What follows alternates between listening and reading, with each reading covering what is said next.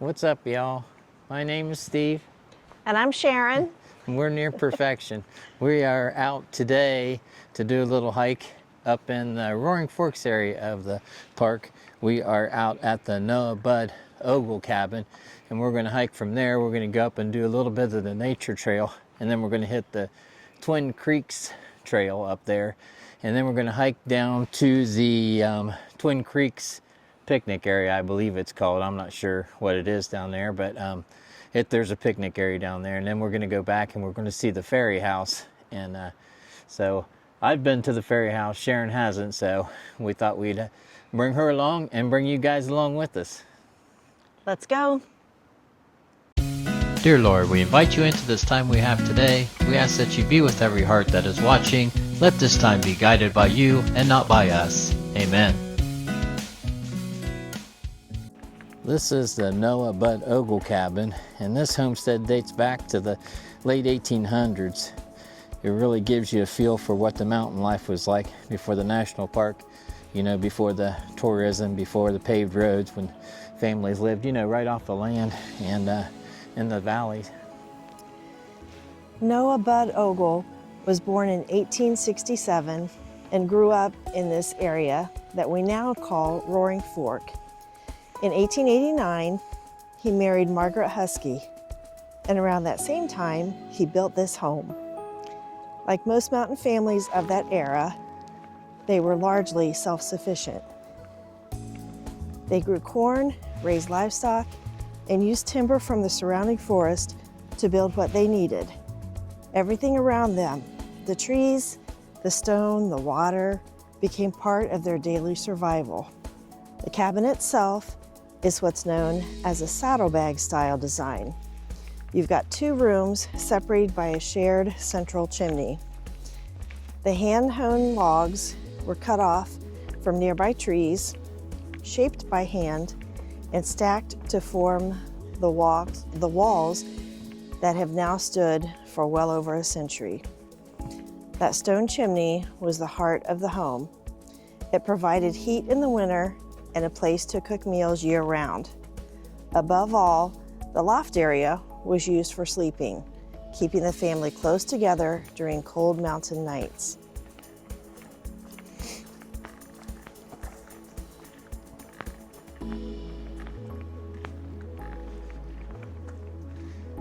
That up there, that's pretty cool.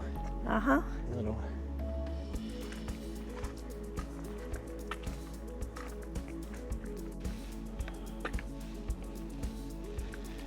It's probably a little bit dark in here. You probably can't see, but like an old barn. There's the old haymow up there, and here's some stalls for the animals.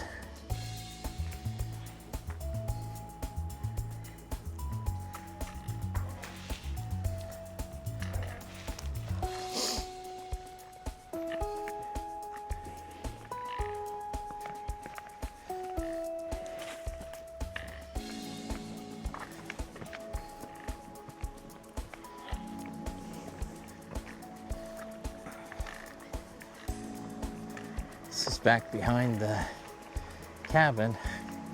This is not the trail we're going to take, but we just thought we'd take a little walk back up here and check things out. I love these little walk bridges like this. There's a little creek up there that comes running through here. It's pretty neat. Walk up this way a little bit.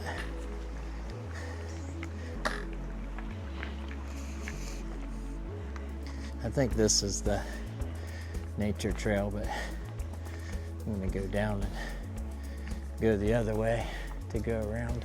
I just thought I'd walk up here just for a little ways and see what this was all about. It's pretty neat. I have to do this little loop sometime, not today. We're gonna head back down and go back around and hit Twins Creek Trail and hit the ferry house. When the Great Smoky Mountains was established in the 1930s, many families in this area sold their land to the government so the park could, be created. The Ogle Cabin was preserved as a historical structure so visitors can see what the Appalachian life was like, you know, back in the day. Standing here, you realize this wasn't just a cabin. It was a working farm, a family home, and the center of daily life in these mountains. Places like this remind us that life here wasn't easy, but it was simple, deeply connected to the land, and rooted in the rhythm of the mountains. So I think that's pretty cool, you know, a little cabin there that they preserved. All right, y'all, let's start the trek down to the ferry house. I think it's going to be like 1.2 down. I think it's like 2.3 mile round trip, but we'll head down that way. And we're starting out on the Ogle nature trail, and then we'll head on over and hit the Twin Creeks trail up here, and we'll head on down to the ferry house. Check it out.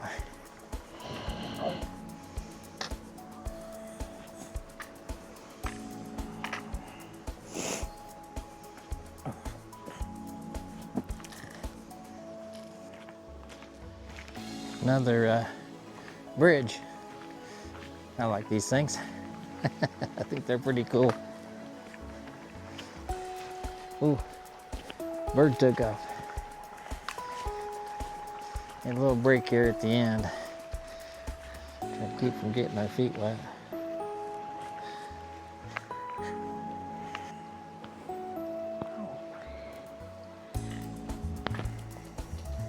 Study it. There. A little split in the path there. And go this way. That's a pretty neat little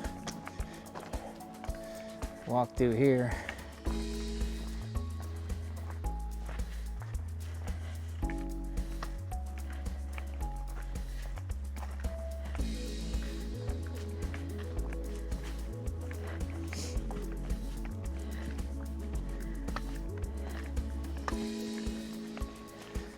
It's a little rocky and rooty, but it's not bad. I think it gets better once we get up here. Looks like we had some trees down.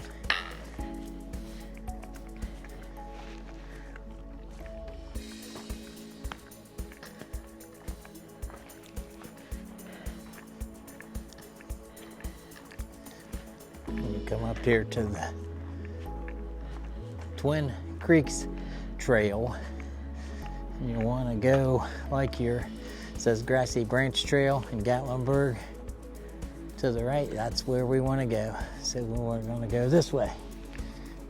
And we'll be headed back toward Gatlinburg, and we'll be on the Twin Creeks Trail. So we'll follow this down to there's a road down here I think we'll hit, and we'll hit it, then we'll walk back to the ferry house. Kind of a windy, cool day. I think would probably be wise to stay down off top of any mountains today, any high climbs, because that wind is pretty wicked, and that's going to drop the wind chill down. The higher you go, the more wind and the colder it's going to be. So we opted for a hike down here. You know, close to this trail is real close to Gatlinburg.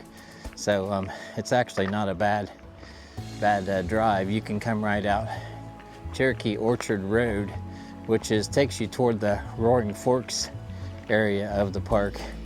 And when you get out in there, you'll see the cabin. You can stop at the Ogle Cabin, and you can hike the Twin Creeks Trail, or you can actually start at the other end of the trail, which is down at Minette Park. So you can come from Minette Park and just take a little walk out, and you'll be able to walk out to the road, and you'll be able to find the ferry house from there. So there's couple of different ways you can get out here to the trail, but we opted to come out because we wanted to show the cabin to y'all. So we thought that would be a good place to start. So then we're going to hike back down this way and check out the ferry house. So let's do it. There's a lot of trees down in there.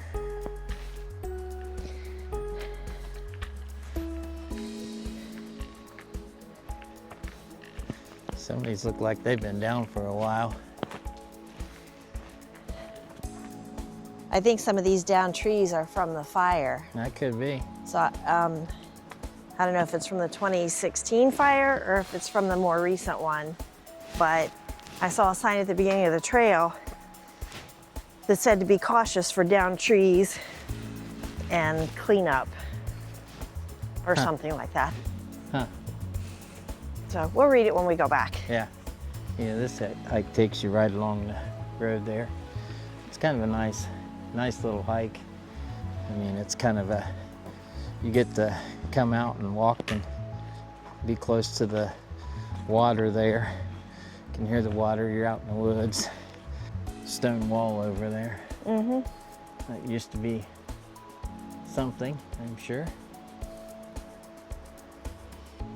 Back in the day, right there along the trail. Tree over the trail. It's pretty wild.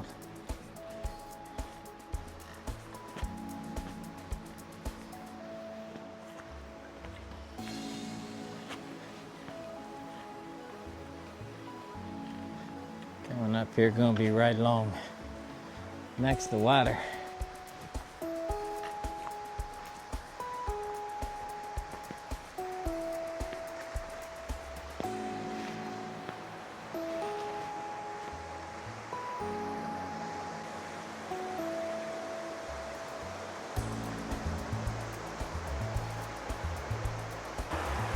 That's pretty.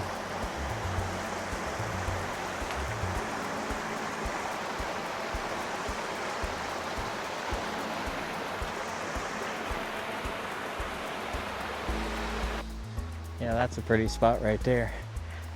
Walk back in this little area here. This is pretty back in here, right along the water.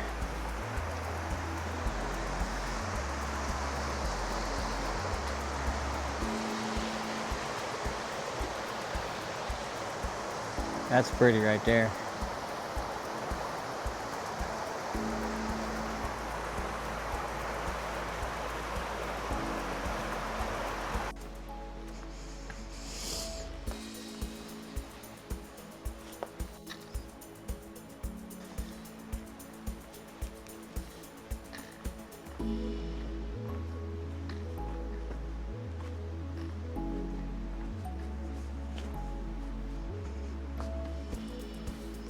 Doing all right?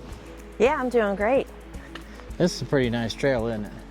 It is. It's not bad. No. I mean, it's rocky and rooty, but it's really not, no elevation. It's really pretty nice. No. It's pretty flat.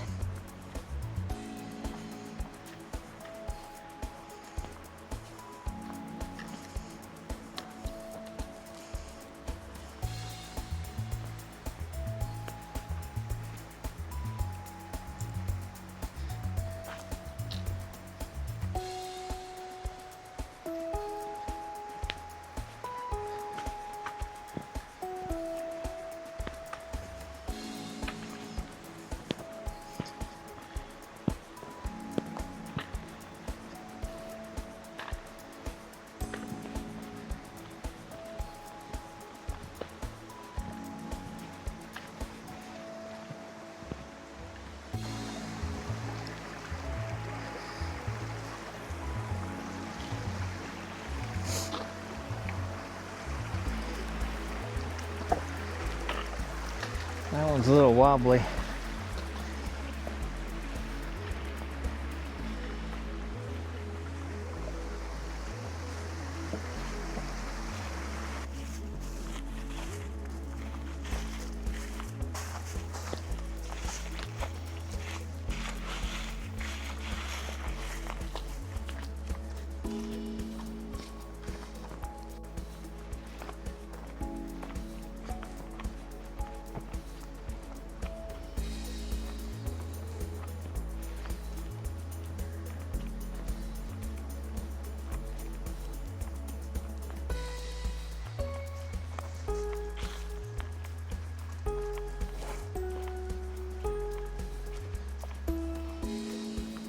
This is a pretty spot right here.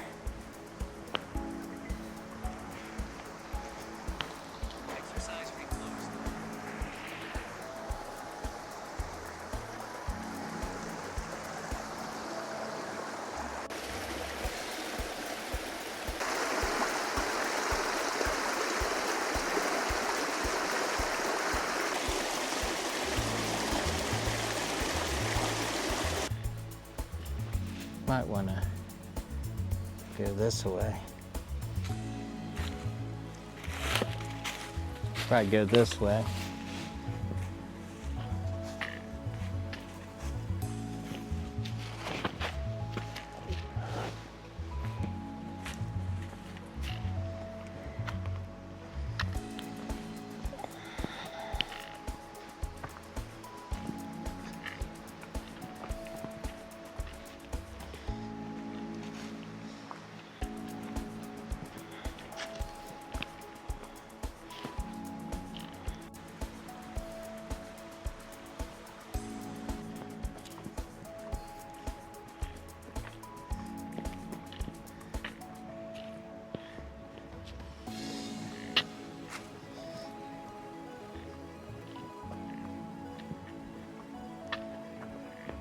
Yeah, this trail takes you right along the road.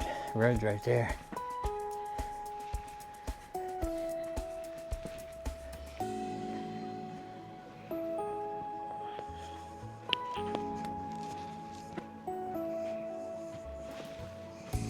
They do close this road sometimes during the winter time if it gets icy and stuff, because you kind of go up in elevation back there on that road. Cherokee Orchard Road, they will close. Roaring Forks Motor Nature Trail, it's seasonal. It closes for the season. I'll have to get you the exact dates and months when that actually closes and when it opens, but I'll try to get that for you, put that down on the screen. But that road does close, but you can go up Cherokee Orchard Road, and you'll be safe to go up through there as long as there's no snow or ice or anything like that.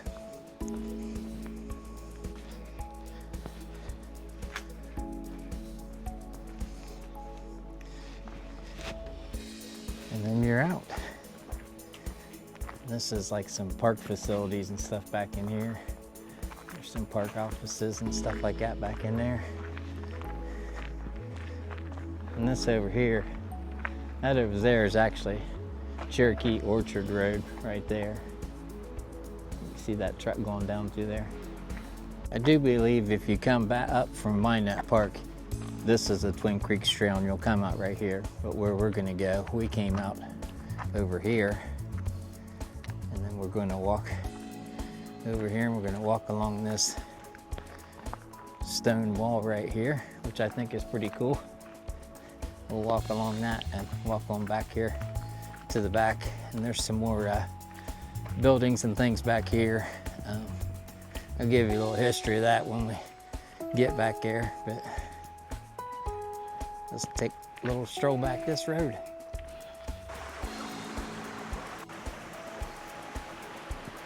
A little stone wall right here. I don't know, I'm sure that was man-made, but I don't know what that is. I don't know if it's like a little dam to keep the water on that side or what it is. I don't know. A little stone structure right there too.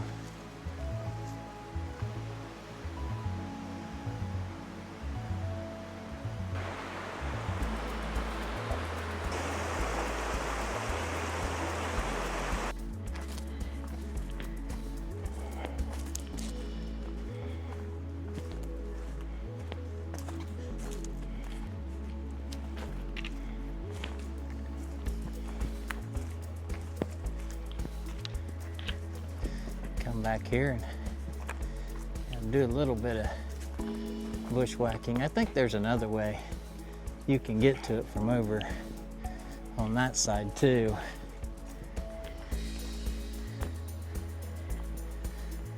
You come back through here. Yeah, I think you can come up that side of the fence too to get back here, but come back this way. We'll go over here.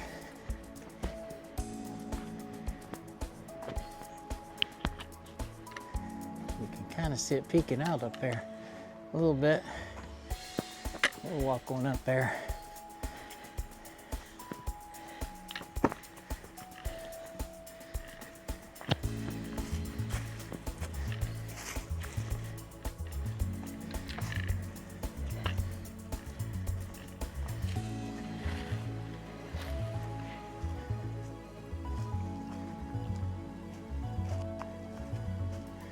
really dilapidated anymore. It used to be in a little bit better shape, but I don't think it's not a registered national park thing, so they don't maintain it. The House of the Fairies, which originally part of the Voorhees estate, a mountain retreat built by Louis E. Voorhees. Voorhees began developing the land in 1928, and he wanted to create a space where people could come to get away from the crowds. This land is 1 mile away from Gatlinburg. It's off the Cherokee Orchard Road. The area was originally called the Twin Creeks. I don't know why it's so hard for me. Twin Creeks Orchard, because of the two creeks that run from east to west on the property. Voorhees got his mountain retreat for a few years, but eventually he dedicated this land back to the national park, and in 1933 he did that. And then in 1952 they took over the land in the Voorhees estate, and but the ferry house still remains. This is not a, like I say, it's not a place that the National Park maintains for historical reasons. They've kind of let it run down. You won't probably even find it unless you know it was here. But I think it's pretty cool. Voorhees enjoyed experimenting with water power, which is probably why he chose this property, because of the two creeks. He started working on a dam for hydroelectric power, which is probably something about what those two stone structures are down there. Voorhees likes to use water features as part of the landscape, and he also built a pool as well as a spring house known as the House of the Fairies. So that's what this is. This would be a spring house.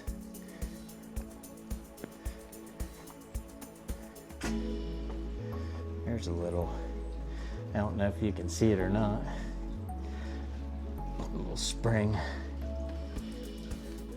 There, took my filter off. Maybe you can see it a little bit better, but there's a little spring. So that kind of runs out this way.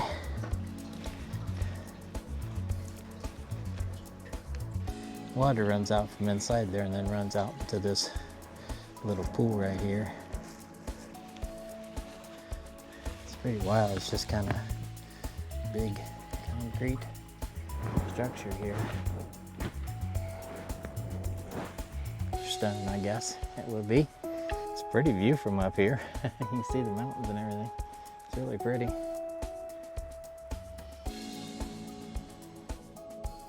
What do you think? I think this is really cool. That's pretty neat.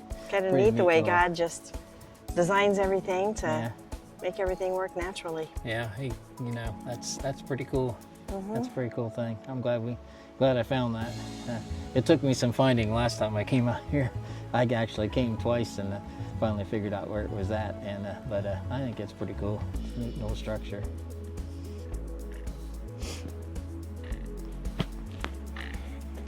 So we got a trap set out here for something. Nothing in it right now. Looks like it's been there for a while. It's actually closed right now, so I don't know what they're trying to catch. We'll go back out this way. There's a path here too. I always go the other way, but we'll go this way.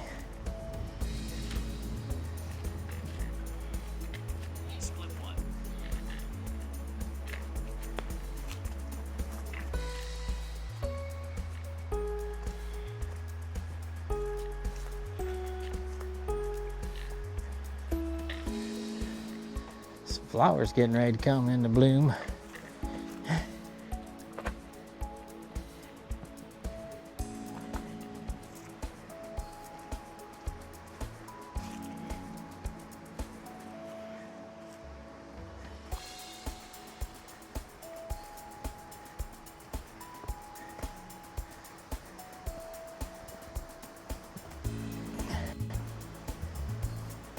There's a few cabins and stuff back in here. I'm not sure. I'm sure the park uses these for different things.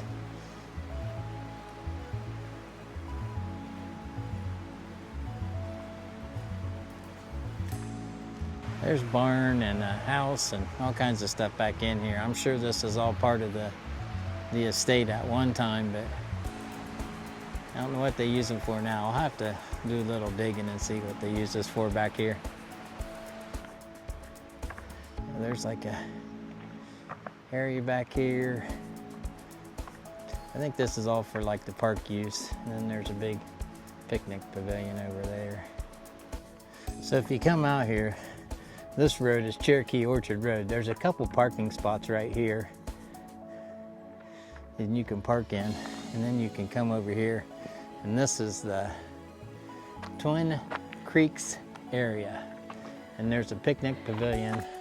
It's not really, you can't drive back here for the public can't drive back here or anything, so you would have to park out here in these couple parking spots, but then you can come right over here, walk out, and you can walk down this road and go all the way back to the end of this road, go around the fence back there, and you'll be at the ferry house. So you can just park right there and walk out. We chose to start at the Noah Bud Ogle Cabin and come back the Twin Creeks Trail. I say that real careful. And you can make it out here. But yeah, you can actually park, like I said, you can park in Gatlinburg at Minette Park and come out the Twin Creeks Trail, and you'll come out right here, and then you'd be able to go down the road there and get to the ferry house. Or the way that we went, we came over just a little bit down this road, and we did this trail right here. And this is, you'll see the sign for the Twin Creeks Trail, and just follow that, and it'll take you right back to the Noah Bud Ogle Nature Trail, and then you can just walk up to the cabin and you're right there. So you can get a little bit of a hike in, and you know, go see something really cool like the ferry house. So here's a little warning. I think Sharon was mentioning this, so this might be something to keep in mind if you are thinking about coming out here and doing this trail. You know, it talks about high winds and not linger near the trees and things like that. You may have to do some crossing of the trees or things like that if you come out here after high winds and all that. But you know, this isn't a real high elevation area out here, so I wouldn't anticipate a lot of trees down, but there's also a lot of dead trees out in this area, so I'd be mindful of that. So just, you know, keep safety in mind. Safety first.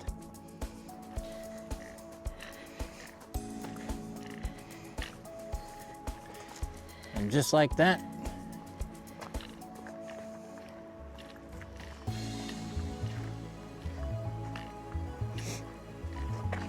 we are back. That was our hike and that was our day. We hope you enjoyed that. If you enjoy this kind of stuff, like and subscribe. And we appreciated bringing you along, and we appreciate all of you for watching. So until the next time, I'm Steve. And I'm Sharon. And we're near perfection, and always find joy in your journey. I have 2.27. 2.15, so we went just a little. I lied. It was kind of messed up. Stop. It's 3.09 mile. Oh. It was 2 hours. 3.09 miles. It was 2 hours.